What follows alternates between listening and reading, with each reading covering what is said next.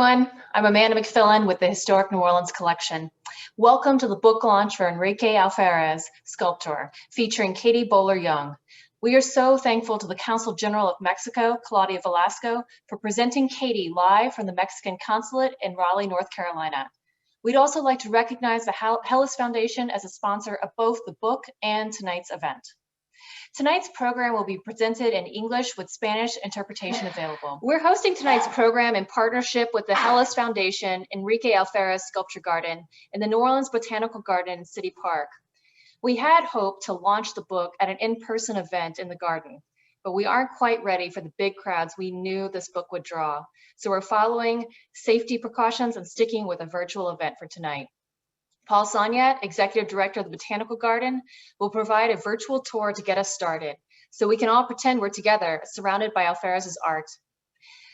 After Paul's tour, Jack Davis, preservationist and Alférez family friend, will introduce author Katie Bowler-Young. Katie will talk for about 30 minutes, followed by time for audience questions and answers. Please use the question and answer tool at any time in the program to ask Katie a question.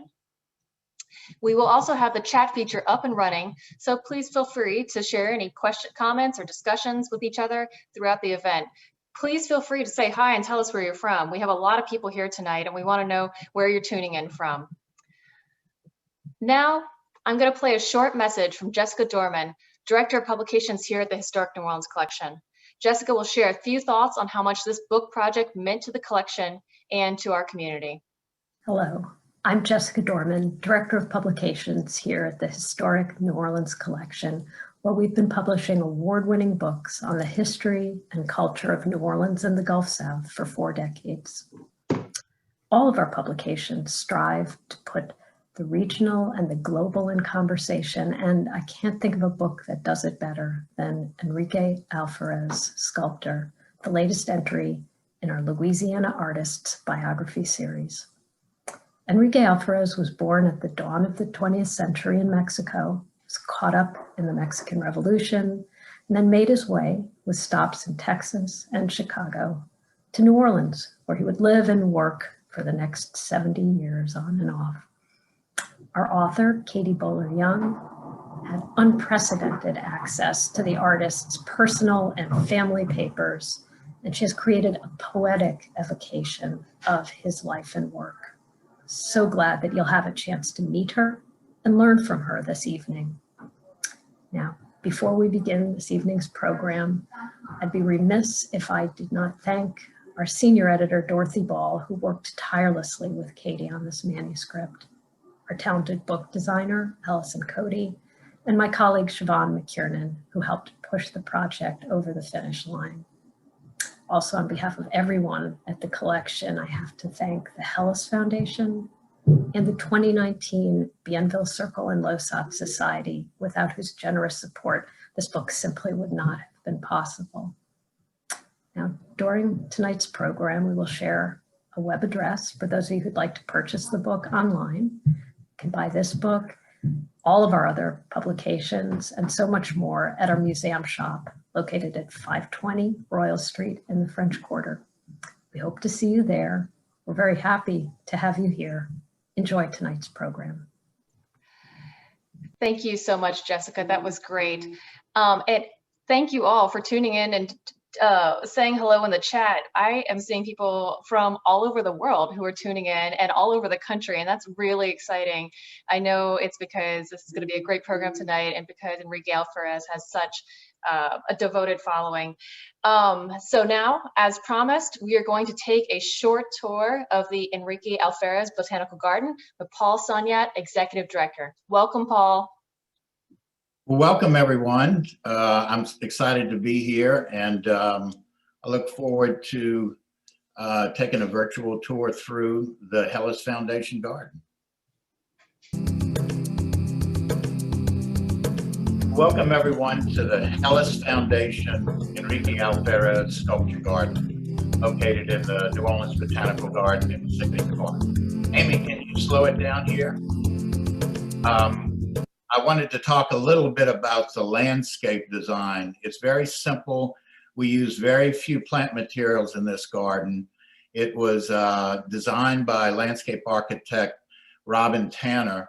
And the focus of our landscape is to highlight the sculpture. Amy, you can start it up again and I'll walk through. And you can see it's a very simple landscape, enclosed in a room with Japanese yew. And so we want to spotlight the beautiful art. And when you look at the sculpture of Enrique Alférez, you can see how well it blends into the natural landscape. Most of the sculptures in here are bronze, there's some cast stone, and a few iron pieces. These are sculptures released from the Ted Gormley Stadium in the 1930s that were moved. This is the owl from the 1950s. Can you see the owl? I can see it. This is Spectre. Adam and Eve. Amy, can you stop it now, please? I just wanted to tell a little story about Adam and Eve that Tlaloc Alférez told me. And well, we'll move on. Well, Adam and Eve, Enrique did a couple versions of this sculpture. And this is in cast stone, but he's also did them in bronze. And it's hard, you can't see from the slides, but in Adam's right hand, he's holding an apple. And the apple is uneaten at this point. And you can see there's very innocent, they're very loving, they're unclothed, and this is before, like I said, before they ate the apple. The other interesting thing about it is that they have no navel, there's no belly button. So they were not born of woman. So these are the two original people in the earth. So it's, Enrique had a lot of emphasis on myth and mythology and religion. So let's go ahead and continue the video and the walkthrough. And this is the family. And Katie's going to talk more about the family and the next sculpture, Solidara. But when you look at Solidara, you see such a face of a strong woman breastfeeding her child. And all of the sculptures Enrique he did, there's so much grace and so much beauty in the lines, and they fit so well in the garden. And this one is the bather of cast stone. And as we walk out of the garden, you'll see Moses. Moses doesn't look too happy. He was coming down from Mount Sinai. But thank you for sharing a few moments with us in the Helis Foundation, Enrique Alférez Sculpture Garden, in the Botanical Garden in City Park. And there's more Alférez sculpture in the Botanical Garden and in City Park. So I hope y'all enjoyed your quick virtual visit. And now I would like to introduce my friend Jack Davis, who's going to say a few words about Enrique and introduce Katie. And Jack was a reporter and editor here in New Orleans in the 70s and 80s, and continued a long friendship with the Alférez family here in New Orleans. And also, as he moved around the country in different newspaper jobs, he always kept in touch. So welcome, Jack Davis. Thank you very much, Paul. I appreciate that. And I feel bad I don't have any pictures. I do have a small Alférez sculpture here that Tlaloc loaned me, and I just wanted her to be able to see it and remind herself that she needs to come pick it up someday. The sculpture garden, Paul has been doing this sculpture garden for decades now, and it's one of the most remarkable aspects of New Orleans. It's a true, it's the greatest recognition for Enrique Alférez, and the Helis Foundation supporting it tonight, the book, and tonight's program. So thank them for supporting Paul and HNOC in the book. And tonight we're celebrating both the artist and the biographer and the biography. You may have seen in the slides before the show a brief summary of Katie Bowler-Young's background, but let me just say a few things in case you missed it. Katie's the author of 2 books of poetry, Through Water with Ease from Louisiana Literature Press and State Street from Bull City Press. She is the interim Senior Director for Global Partnerships and Programs at the University of North Carolina in Chapel Hill, and has been Adjunct Professor of Poetry at the Undergraduate Creative Writing Program at Warren Wilson College in North Carolina. More from Katie shortly. I met Ricky late in his career. I was a 27-year-old newspaper reporter visiting Mexico for the first time, who was introduced to this charismatic, passionate artist and his charismatic, passionate family in their home on the studio on the hilltop overlooking the town of Morelia in the mid-1970s. And that was, the reaction, of course, was, wow, this was just unbelievable. We stayed friends from then on. Ricky and Peggy and Tlaloc came to New Orleans a lot, often arriving from Mexico in a very road-weary Ford Bronco, pulling a trailer, and the trailer either had sculpture that was about to be cast or sculpture that had been cast, depending on the arrangements. And I wrote an article for Ricky, got to know him in the 1975 when we did a piece on him in the States Item Lanyap section. I may have perpetuated one or two myths, for which I apologize. I interviewed him later on stage about his work for the WPA in City Park. It's a major portion of his life, as you've seen. My wife Mimi and I visited again in Morelia. Mimi and Ricky were great pals. Ricky, in fact, made her a terracotta medallion, a portrait of our son, Claiborne, and gave it to her for a birthday. We showed up often at that wonderful church, the great old Irish Channel German church that Ricky and Peggy transformed in the mid-1980s into this animated all-business studio for Ricky's new focus on work in New Orleans. I was in Chicago when they all arrived for a quick visit in 1986 in another Bronco, I think, a bit less used than the first one or the fourth one. When one of my colleagues from the Chicago Tribune, I toured around Chicago with one of my reporter colleagues from the Chicago Tribune, and we went to the places where Ricky had left a beautiful mark in his 20s and in the city's exuberant 1920s Art Deco period. For instance, the Palmolive building, where he carved the sensuous walnut and oak elevator doors that probably helped the building later to become the Playboy headquarters. And the Tribune article that Ron Grossman wrote, he didn't, without much prodding, got Ricky to describe being the human fly on the Wrigley building as a way of earning money to support his artwork. If you're a human fly on the Wrigley building, you get paid a small amount of money to please the tourists gawking down below. There are great stories about that. I think they're on tape. The reporter, Mr. Grossman, told me recently that he thinks often about Ricky. One day with him and you never forget him. I agree. Every experience with Ricky was a big one. Katie Bowler-Young combines the wisdom and insight of the poet with the rigors and scholar of a scholar and teacher, great tools all. She has crafted a sparkling, rigorous biography, rightly written, tightly written, and poetic and spectacularly illustrated.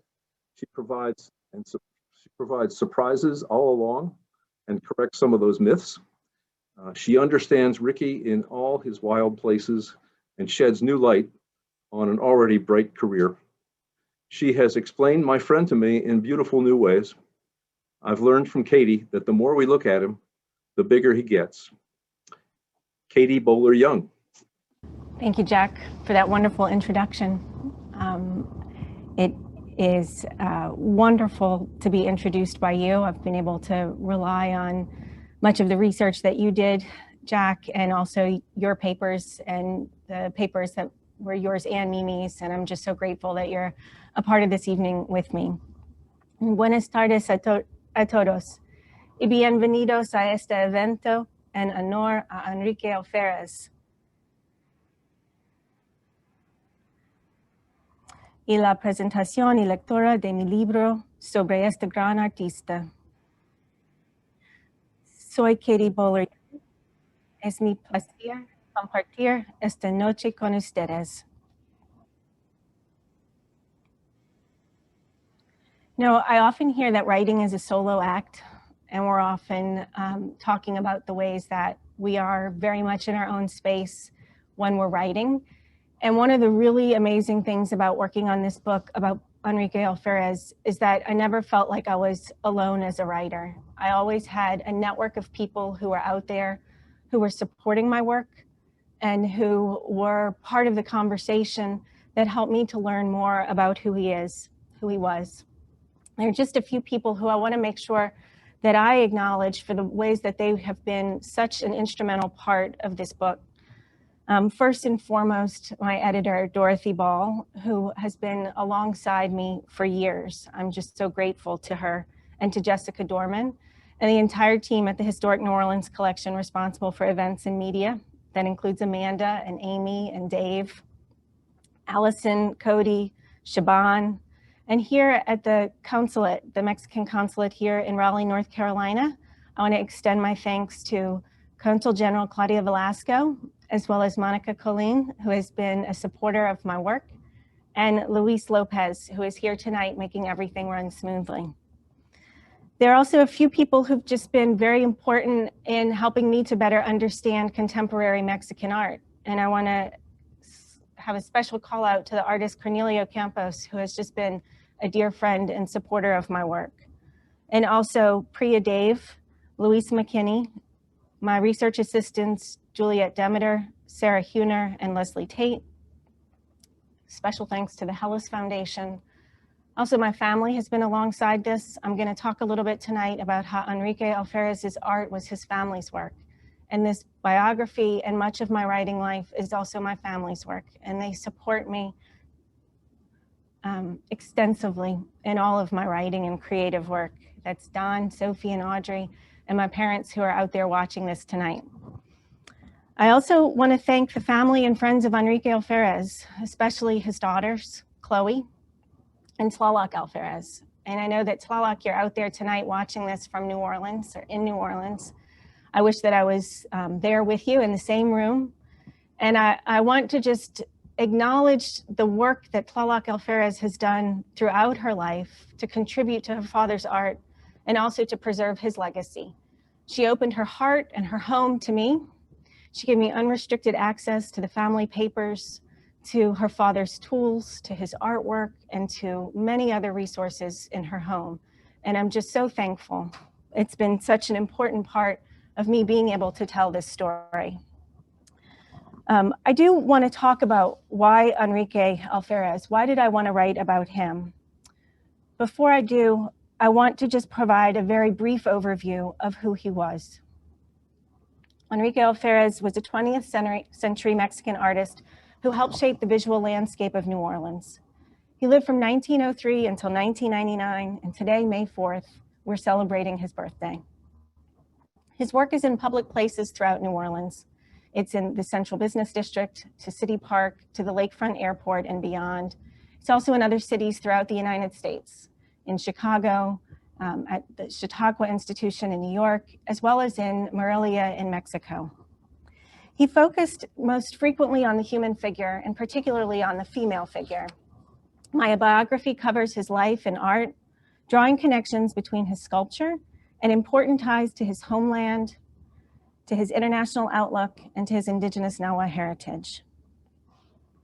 Next slide. So why Alférez?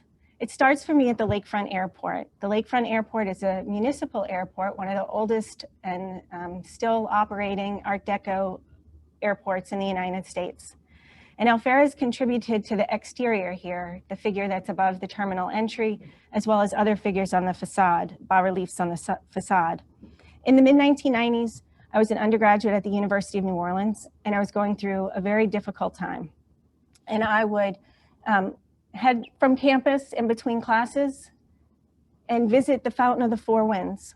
The Fountain of the Four Winds is right outside the grounds of the Lakefront Airport. Next slide. And I would sit beside the winds and feel a sense of solace and peace that comes from what I think of as the best that we get from public art, of being able to feel a sense of comfort as though these figures were old friends waiting for me. And I just sit out there and read And little by little, I started to think about, well, who created these four winds? And I made note of the marker, Enrique Alférez, and went back into the library to learn more about him. As I did, I learned about the difficult journey that he traveled to attain his education, to pursue his art and a work that he loved.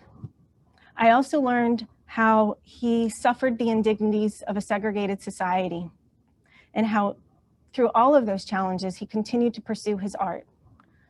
And any of the challenges that he faced, he continued to triumph. So I want to go ahead and start at the beginning of his life. We're starting in Miguel Alza in Zacatecas, Mexico. Alférez was born to Longinos and Clotilde. There were 9 children, 6 of whom survived through youth, 3 boys and 3 girls. Alférez went to school, he helped with the family crops and livestock, and he also learned from his father the tools of the trade as a sculptor. Longinos was also a sculptor. He primarily worked for churches and created statues of saints, and he taught Alférez to draw, model, carve, build up. From his father, Alférez learned about different kinds of mixing agents, how to create more durable plaster. As a boy, sometimes during recess, Alférez went away with his friends to one of their homes, and I think of this as being one of his most important early lessons in light and shadow. They would go to this friend's house, and there was a small gap in a wall, and it brought in a stream of sunlight, and the boys would create puppets, hand puppets and paper puppets, and project them on the walls. And it was something that fascinated Alférez, and I think of that as the beginning of him looking at ways that he could create from light and shadow. Not much later, there was an incident that occurred at school, and Alférez thought that he would get in trouble at home. So he did what might have seemed like a rational thing to do. It was a little bit not so rational, and he ran away from home. And at a different time and place, he probably would have ended up back at home within a few hours or maybe a couple days. But in this case, he ended up encountering revolutionaries during the Mexican Revolution. And he was told that he could join up or be shot. And we know what he chose. So at the left, you're looking at an illustration that he created. It was not included in the book, The Wedge, but The Wedge by Herman Deutsch was a novel that was based on Alférez's life. And his illustrations are throughout the book. This is one that when I look at, I think of as an important drawing and beginnings of him starting to really express his experiences during the revolution. Often in interviews and in his own storytelling, the time that he spent in the revolution was presented with a sense of adventure and a kind of excitement, especially and frequently in American publications. But it was also a perilous time for him. And I think it's really important to remember that he was just a boy. He was a youth when he was in the revolution. And he was given tasks like watering horses and gathering kindling for the soldaderas, the women who were alongside their families, making camp in the evening, cooking for the soldiers, and also picking up a weapon when the men fell and taking their place at times. The soldaderas also looked out for Enrique Alférez. As I said, he was just a boy, and he had a relationship with them in which they looked out for him, and there was a kind of maternal bond that formed. And we're gonna come back to this idea a little bit later when we look at one of his iconic sculptures. While he was in the war, he would also sometimes carve small statues of saints, and he would sell them to soldiers.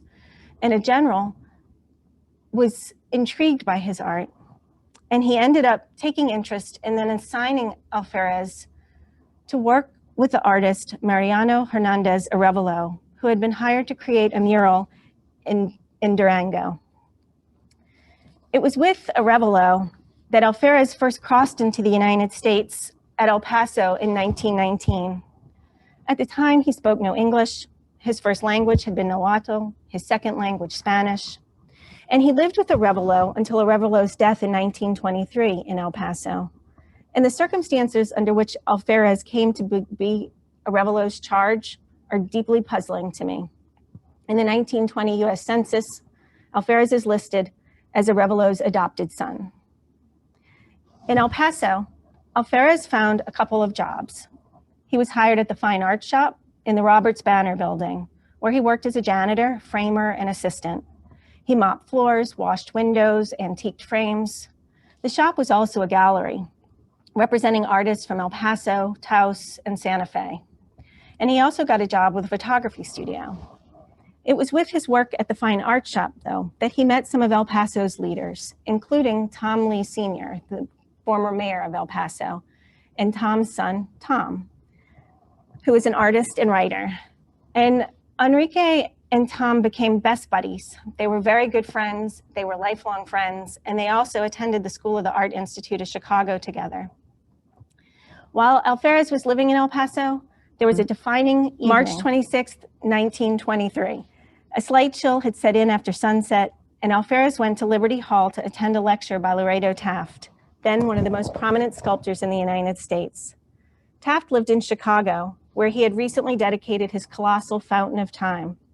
And he taught at the School of the Art Institute, and he toured regularly, delivering talks.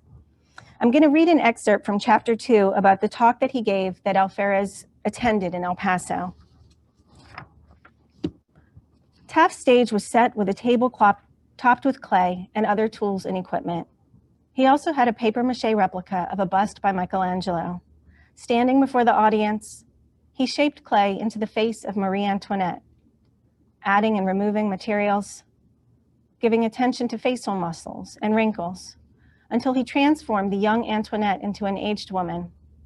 Throughout the demonstration, he spoke to the audience about his process and about sculpture more broadly. He also talked about the state of US sculpture, saying that the country had not yet learned to express itself in art. We leave it for the foreigner who comes to this country to lead the way, he said. The evening resonated with Alférez. Even more than 60 years later, Alférez said that watching Taft on stage that evening was like seeing magic. After the talk, Alférez and a few of his friends, including Tom Lee, went backstage to talk with Taft. Taft asked the boys, "Who's the genius here?" And Lee pushed Alférez forward. About a year later, with funding from the El Paso Kiwanis Club, Alférez went to study with Taft at the Midway Studios. And here you're looking at photos inside of the studio. Taft taught his students about the history, craft, and profession of sculpture. The Midway Studios was a special place, and Taft's studio included women, immigrants, and people of color at a time when this wasn't the norm. Lunch was served daily from a small kitchen where Alférez himself also worked, and Taft invited his students and other artists and writers and interesting people from Chicago to join them for lunch. I think of this as an incredibly remarkable transition for Alférez to go from what he was experiencing with the violence of the Mexican Revolution to a white cloth table in one of the most interesting studios in Chicago, talking about art exhibitions and romance. While he lived in Chicago, Alférez contributed to some of the prized Art Deco buildings. Here is a photo of the Palmolive building and those elevator doors that Jack Davis spoke about. And in 1929, Enrique Alférez set out for the Yucatan by way of New Orleans. He arrived to the city at a time when the French Quarter was coming alive with a confluence of the arts, writers and musicians, visual artists. The Arts and Crafts Club had been established a decade earlier, and it gave artists a place to gather, to pursue their artwork, to learn, to teach, and Alférez made a number of friends there. Through the Arts and Crafts Club, he also met Tulane archaeologist Franz Blum, who often delivered talks at the Arts and Crafts Club about his research in Latin America. Alférez traveled with Blum on a 1930 expedition to an ancient Maya site at Uxmal in the Yucatan. It was a very important experience in Alférez's career. I think of it as a very early milestone in which he gained agency as an artist. He was working as Blum's lead sculptor. There was another sculptor and a photographer and a research expedition team. And Alférez made a couple of findings that became very important in Bloom's research. I write about it more in my book, but it basically had to do with observations, again, around light and shadow, and how the design of the facades that he was working with, that he was able to see, or rather, there was an illusion that was created through their construction in order to create an impression of light and shadow that gave masks that were on the facade kind of a more ominous look. Shortly after he returned from Ashmal, he began working at City Park. This is a project that was conducted during the WPA, and it created an enduring tie to the city. It included what was then the Rose Garden and is now the Botanical Garden. Here you're looking at Shriver Fountain. Alférez also worked on details, like you see it right, on some of the bridges at City Park, and contributed to another number of other places throughout the park, from Pop Fountain to City Park Stadium, which is now Tad Gormley Stadium, and on bridges and wing walls on bridges. One of the works that appealed to me, and that I think is very emblematic of Alférez's worldview and his outlook, is that he created artwork that many people could see themselves in. He did that again and again in his sculpture. And here he included figures of African-American laborers who were contributing to the design and creation of City Park in New Orleans. And some members of the community reacted and were critical of this inclusion. And Alférez responded by saying it was important to include them, that they were working alongside him, he was working alongside them. And when illustrating the creation of the park, they were there and needed to be represented. I was recently asked, did I think that Alférez was ahead of his time for his inclusion of people from many backgrounds? It was an interesting question, though the more I think about it, the more I think he was just ahead of some people's time, but not his own. Alférez looked unlike many of his friends in the United States, and he suffered similar social penalties as those he represented in his work and those with whom he was frequently working. He saw his art as his labor, and that was his word. That's what he called his art, his labor. And the work he created truly does represent his international outlook, and what I'll also return to a little bit later as we're looking at some of his smaller figurative works, that he represented his indigenous heritage as well. And I'm going to come back to City Park, because not only was it important in his career during the WPA, establishing him as a public artist, it also was important later in his life. And Paul Soniat, who you heard from earlier, was an instrumental part of that. But we're going to speed a little bit forward to World War II. Alférez truly wanted to serve in the war. And he created this monument, Molly Marine, because he thought it might give him an opportunity to serve. Molly was the first monument to women in the military in the United States. It was created in 1943, and it was the last project that he worked on again at the end of his life, creating reproductions for military bases at Quantico and Parris Island. Molly's very important to the Marines as well. There's an award for female recruits named the Molly Marine Award. And though Alférez's dream of becoming a Marine didn't come to fruition, he did end up serving in the U.S. Army Transport Service, and he received in the hospital at the end of his life in 1999, the Meritorious Public Service Award from the Marine Forces Reserve. It was one of just many awards that he received, but you'll have to read the book to know about the others. And while Molly didn't end up leading Alférez to be able to serve in the war, there were other changes in his career around this time. So while he created her, he then began turning to other forms of art. He did a lot of woodworking and making furniture and also leather goods. Much of this was prompted by restriction on the kinds of materials that he would have otherwise been using as a sculptor. And he moved to New York, where he shipped out with the U.S. Army Transport Service. And there in Greenwich Village, he had a leather goods shop. Alférez lived a long time he lived almost 100 years.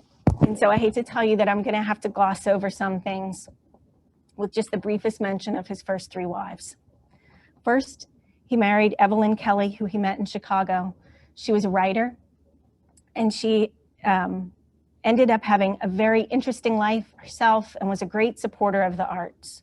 They had a stormy marriage that lasted just about a year. Then he married Rosemary Huth in 1931. She was a New Orleanian with whom he had 1 daughter, Chloe, who is the little girl in the photograph here. And in the 1940s, Alférez married a model named Judy, who also went by the name Grace. Judy died, and in 1953, Alférez married Margaret Peggy Selway, and they had a daughter, Tlaloc, the following year.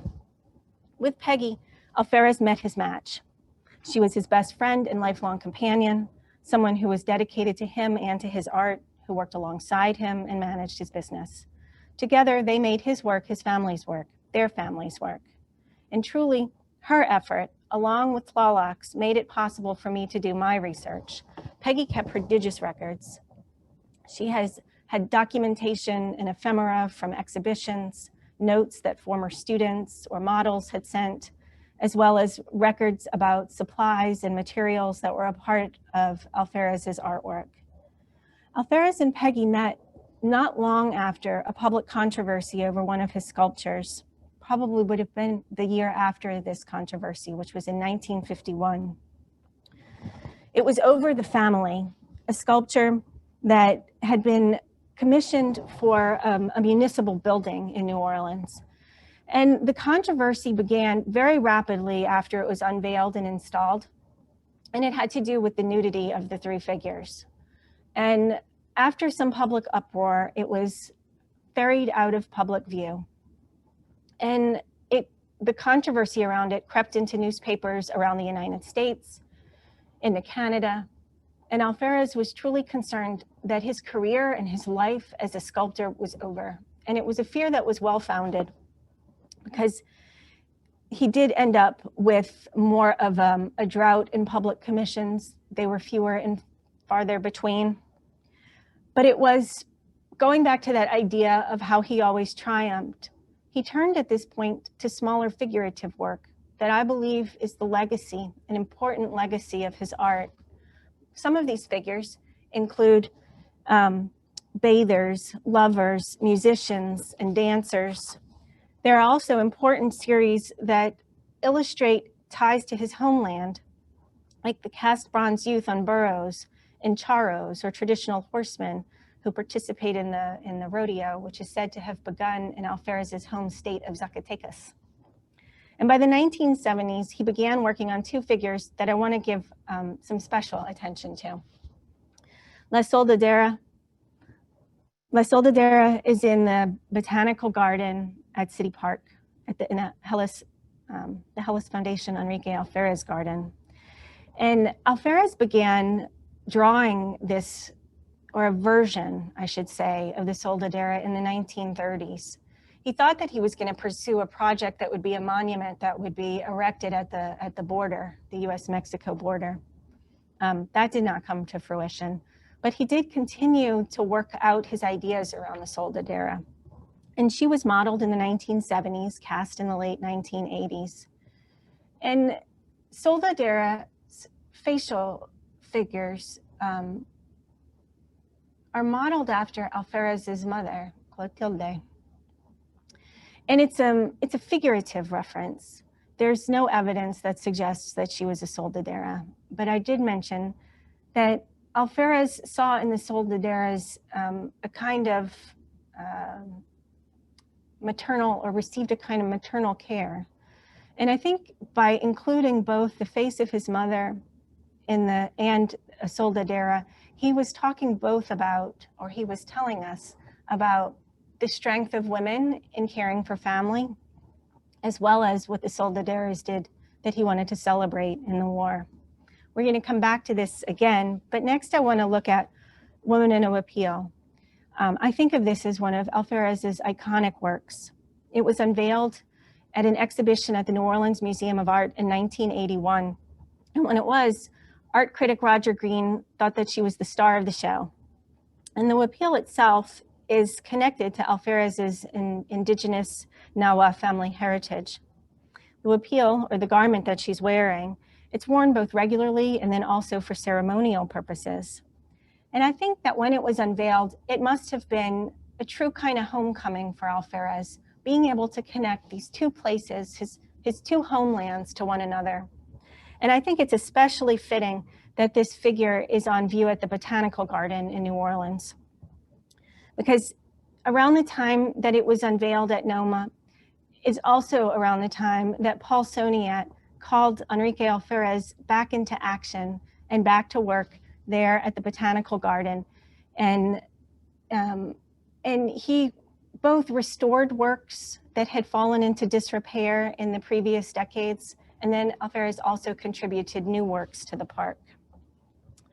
And as I look at these two figures, Soldadera and Woman in a Huipil, I often think about the social lives of artwork and how art creates dialogue once it's in a public space. And by public space, I mean really once it exists as a thing in the world. As artists, we want our work to be things in the world and become their own kind of social beings. And some of the artwork that Alférez created then became controversial, but it wasn't intended to be such. And yet, sometimes that happens when art begins to go into dialogue with the time and place in which it exists. And in many ways, Alférez was trained as an artist to do this. His mentor, Laredo Taft, encouraged his students to make art that reflected and contributed to the physical environment and to the community that it was a part of. And that, I think, is the way that Alférez both reflects the city of New Orleans and also helped to shape the landscape of New Orleans. And when I think about how my own research on Alférez began with my own encounter with the Fountain of the Four Winds, I got from it the best that public art offers. It was a sense of community and connection, and also a rekindling of my curiosity, and a kind of rekindling of heart and soul as well. In addition to being Alférez's biographer, I'm also a poet, and I see poems as being in dialogue both with each other and then also in dialogue with our time. And the late writer June Jordan referred to writing poems as a political act, with the political act being telling the truth as we see it, how we feel. And for Alférez, the truth that he wanted to represent in his art was about human emotion. And he made a very careful study of the human condition. He created figures that represented bravery and grief, heritage. There is a figure, for example, called Vietnamita, a mother in flight that was in response to the Vietnam War. He created a series of grieving wives that talk about loss. And also his large bas-relief panels called Symbols of Communication that are now installed in the New Orleans Museum of Art, and which were initially designed for the headquarters of the Times-Picayune building. These panels represent many languages. And I think of that as a figurative way of him expressing the importance of dialogue. All of these works, in their own way, are a political act. And that takes me to the final part of my talk. I want to shift to the personal circumstances that Enrique Alférez faced and how this informed both his life and art, and talk about how it was that this Mexican artist came to have the influence that he did on one of the most interesting cities in the United States, and how he created work that I believe the people of Mexico and those who are a part of the Mexican diaspora communities in the United States can truly be proud. It's impossible to talk about Alférez's life without talking about the geographies and the fluidity that he experienced in crossing the border, and how this allowed him to contribute to New Orleans. In multiple interviews and conversations with family members, Alférez acknowledged only one attempt to become a US citizen, but his immigration record stands in contradiction. He made multiple attempts. Remember, he arrived to the United States in 1919, and this was about 20 years before permanent resident status even existed as a thing in the United States. And he did eventually become a permanent resident, but he also tried multiple times to become a citizen. And he was rejected on various grounds. I cover a few of them in his biography, but the most stinging of which must have been in 1934. He met with an immigration officer who made it clear that he was welcome to apply to become a naturalized citizen, but that his application would be rejected because, quote, his color, features, general contour, etc., very obviously reflected a preponderance of Indian blood. He did apply, and he was rejected again and again. And when I link this form of rejection to other forms he experienced, creating art for places where people who looked like him were not welcome to socialize, or that peculiar controversy over the family, I'm struck by the reason that I wanted to keep learning about Alférez, and I want to keep learning about him. And that's that he triumphed over difficulties.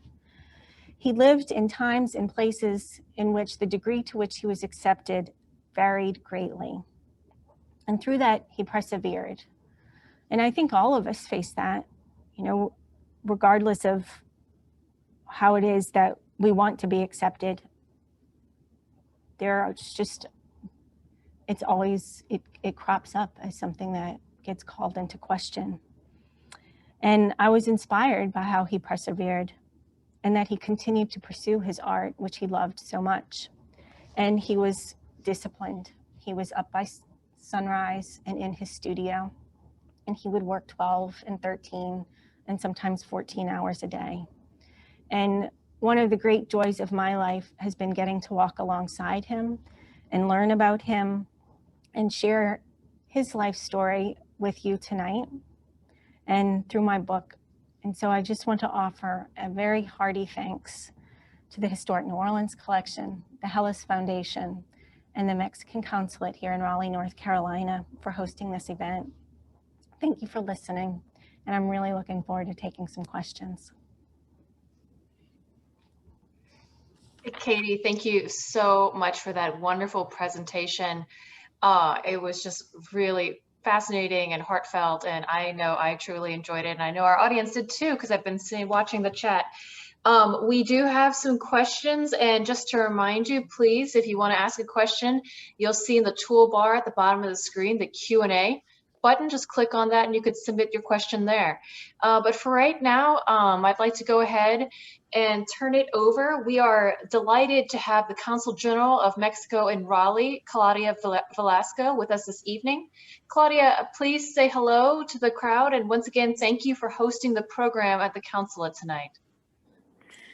Hello, everyone. Good evening. It is a privilege to the General Consul of Mexico in Raleigh to be part of this kind of event. Thank you to the History New Orleans Collection for the support, not only to Kate, but to promote of Mexican culture and art. And of course, congratulations to Kate. My appreciation and recognition to carry out this hard work to create awareness about Enrique Alférez's magnificent artwork. I know this is something that is very dear to Kate's heart, but it is also an effort that Mexican consulate and government carry out every day all over the world to promote Mexico's image as a modern and unique country with artists internationally known and recognized with the customs and tradition that we still preserve at Mexico, where there are many Mexicos that represent diverse and exceptional people, states, towns, and communities. I am convinced that this event will serve to promote not only his beautiful work and Kate's wonderful capacity with words, but many Mexican culture richness is places where stereotypes still prevail. We, as Mexicans, are very proud of what Mr. Alférez has offered to Mexico. the States, and the world. Thank you for this wonderful book. Many more will be able to enjoy and share it. Thank you all. Lastly, I do have a question for Kate. Kate, how would you like the legacy of Alférez to be recognized in both countries, in Mexico and the US? Thank you, Claudia. Thank you for having me and for that question. I think a lot of work has been done in the United States to preserve Enrique Alférez's legacy. I think the Historic New Orleans collection, the Botanical Garden at City Park, Paul Soniat in particular, and the Helis Foundation have done a lot to take steps to preserve his work, but I think that more needs to be done. Alférez's daughter Tlaloc has about 75 sculptures in her home that are truly important parts of his legacy. There's also, I think, more work for us to do around recognition of his work in Mexico. And one of my hopes is to be able to see this book in Spanish and also to be able to spend more time researching his life in Mexico. Alférez lived on and off in Morelia from 1969 until his death in 1999, sharing his time both between Morelia and New Orleans. And I think that there's a lot to be known and celebrated there as well.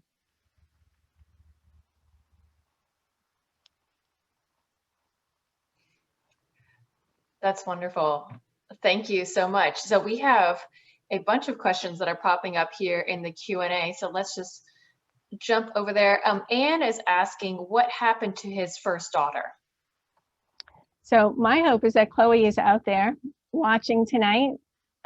Chloe has been so important for me to be able to connect with, and her family is out there as well, I think, watching tonight. I also had the great pleasure of connecting with Chloe's children and a grandson in February or March to be able to share with them a family reading of the book and be able to talk about my work, talk with them as well. And there are aspects or details in the biography that are also drawn from interviews and conversations that I had with Chloe as well. That's great. I hope she is watching tonight. So we have a question here from Dale. He says, a lot of the work appears to be cast stone or metal. Was Enrique involved in the casting process, or was he strictly a modeler who would have his work cast by others? I've seen work in wood too at an Episcopal church in Metairie and wonder, did Enrique carve it or did someone else render it from his models? These are great questions. And one of the things that I really love about writing about art is actually writing about the process.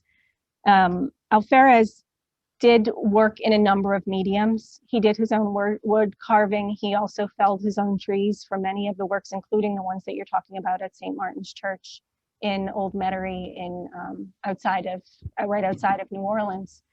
He also did have a foundry in his home, in some of his homes, and he would be able to cast some of his works at home. Now, larger works, he typically worked with foundries. There was one in particular that he ended up finding late in life that cast a number of his works that was in California. He also sometimes would apply his own patinas, but in the mid-1980s, he met a man named Carl Reichle, who I also hope is out there watching this tonight. And special thanks to Carl, who taught me a lot about the process that Alférez went through in his sculpture. And Carl became Alférez's patina man. And Alférez would entrust Carl with applying the patinas, but there were also times earlier in his career that Alférez did that himself as well. It's a very labor-intensive process to create large bronze figurative sculpture. And by the time that process goes through the months of imagining it, modeling, creating it, being able to then cast it in bronze, sometimes 15 people or so would be involved in the process. So when he was working at his studio and his home in Morelia, He would have his family there, as well as sometimes a student who would be studying with him or other assistants who worked with him in his foundry. One of the most special places I have ever been is the foundry where he worked in Raleigh. Thank you, that was a great question. That was great, and thank you so much, Katie, for your answer. Kathy here is asking, is there any plan for the sculpture on the door of the old Charity Hospital in New Orleans? So the piece that you're talking about, Louisianians at Play, this is a screen that's above the entrance to Charity Hospital, and it has been reproduced, but the plan is that it is going to stay where it is. It is a wonderful piece.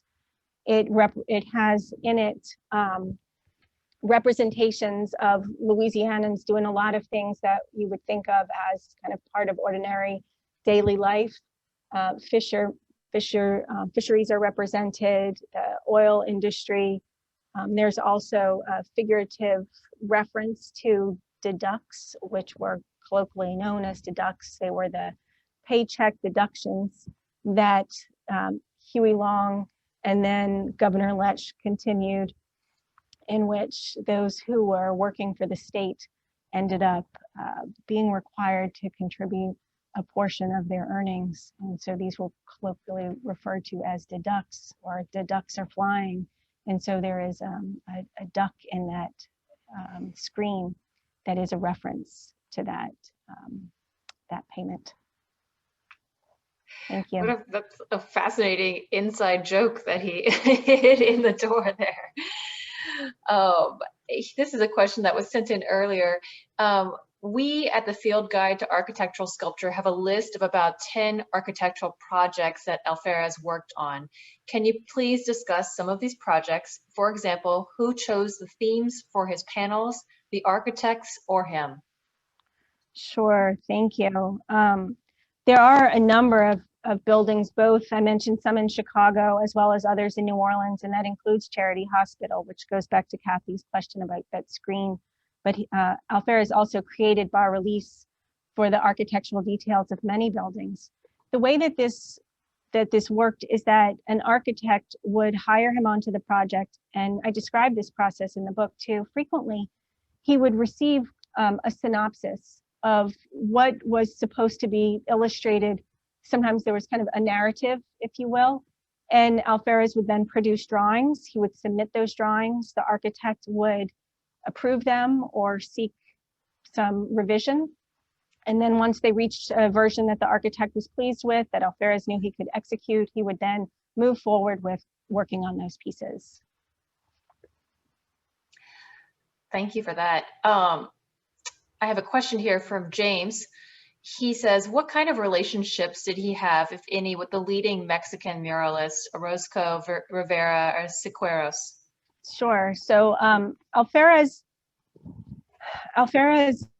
when he was exhibiting with the Arts and Crafts Club, he did exhibit at times with Siqueiros, and he did know Diego Rivera. I would not describe it as a close relationship. In some ways, Alférez, I think, ended up connected with some of the artists in Mexico through his relationship with Franz Blum. Blum was instrumental in facilitating introductions for a number of New Orleanians who would have been contemporaries of Alférez's when Alférez was in his 20s and 30s to the artists who were working in Mexico. Alférez was deeply aware of their work. He did have some personal criticisms as well. And I think that when you look at the way, for example, that there is widespread, I think, recognition of Orozco and Siqueiros and Rivera, I hope that one day we're also including Alférez's name alongside them. Absolutely, I hope so as well. On a similar note, Dale is asking, curious if you know if Alférez ever collaborated with any other noted New Orleans sculptors like Angela Gregory or one of the Lockins. So he collaborated with a number of artists in New Orleans, but I can also describe it a little bit differently than just collaborating with them. So for example, when he worked at the airport, the lakefront airport, which was then the Shushan airport. He and Locken had both been hired on that project, and there were other projects that Gregory was also hired on. But as I described that process by which he received the requirements from the architect, and then he would create his drawings, the artists or the sculptors were not always working in the same place. So for the lakefront airport, for example, Alférez was working at his apartment on St. Anne to produce that work. So while the work itself was installed, and you can say it ultimately is a collaboration because it connects the work of multiple artists, they weren't necessarily working side by side. That makes sense. Thank you. We have a question here from Melissa. She says, what is the current status of the Fountain of the Great Lakes, and why wasn't it moved to the Alférez Sculpture Garden in City Park, where it could be protected and enjoyed by a great number of people? Thanks, Melissa. I do think that the Fountain of the Four Winds is one that I hope that in my lifetime we'll see it fully restored.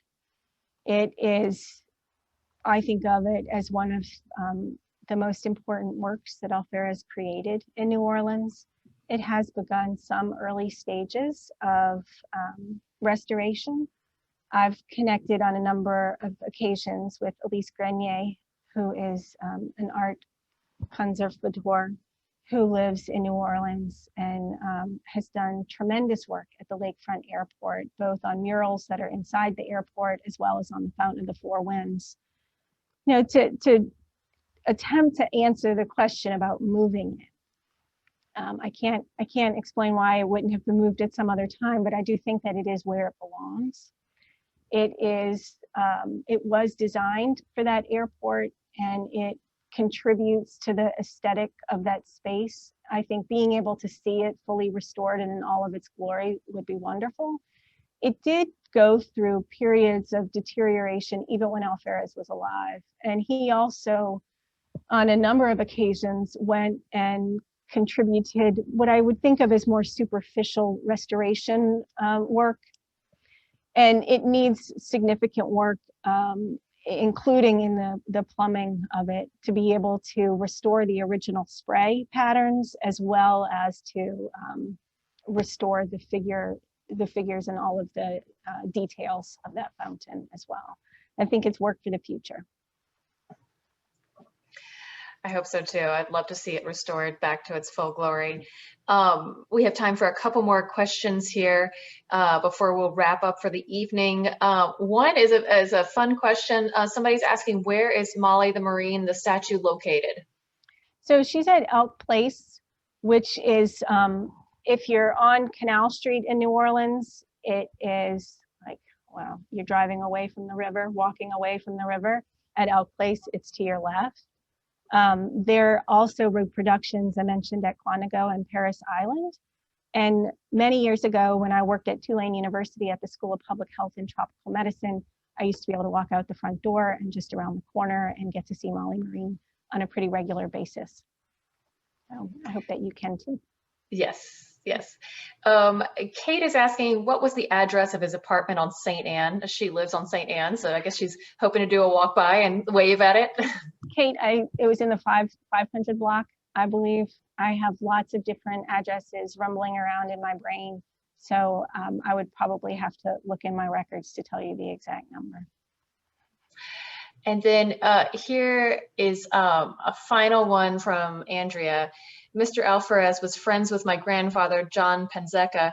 Do you have recommendations for readers to do further research, such as the Historic New Orleans collection? Sure. There is a lot more that you can look at through the Historic New Orleans collection's records relative to the Arts and Crafts Club to look at earlier periods of Enrique Alférez's life. There are extensive records in a number of, or there are many resources, and I think being able to look at the bibliography in my book would also send you on a path of many other archives and resources to look at. A few that come to mind as having been very important in my research, and some of these are somewhat, might be peripheral to the question that Andrea is asking about, but the Laredo Taft papers that are at the University of Illinois are extensive and provided me a very deep glimpse into Alférez's training and how he learned to be a sculptor. There are also papers at the University of Texas at El Paso, Tom Lee papers, as well as that correspondence between Alférez and Lee, and interviews and oral history with Tom Lee that also provide more about Enrique Alférez. And then additionally, at Tulane University, there are records affiliated with the Latin American Library, the Middle American Research Institute, that provide important insight into Alférez's work. I mentioned, for example, that his work with Franz Blum really contributed to him gaining his agency as an artist. And I think being able to look at some of those records and Blum's field notes provides an insight into how it was that Alférez contributed and what it was that he was learning at that time that then informed his artwork. That's wonderful. Well, we are getting more questions, but I think we've come to the end of our time tonight. So I will just end by saying, if you have questions still that haven't been answered, you have to go out and buy the book. This is the launch, so it is available now at the shop, at our shop, at the collection, or from your local bookstore as well. And I also want to say that people have been asking about a recording of this program. We are going to make it available on YouTube. Give us a couple of days to get it up on our YouTube page for the Historic New Orleans collection. And please share it with anybody else that you think will want to hear about this incredible artist, Enrique Alférez. So thank you again to Paul Soniat, to the Helis Foundation, to Jack Davis, to Claudia Velasco for hosting with us this evening, and of course to our author, Katie Bowler-Young. This has been an incredible evening and wonderful, wonderful presentation. So thank you all for joining us tonight from all over the country and from a few people outside the country, and we look forward to seeing you again soon. Have a good night. Good night. Thank you, Amanda. Thank you, everyone.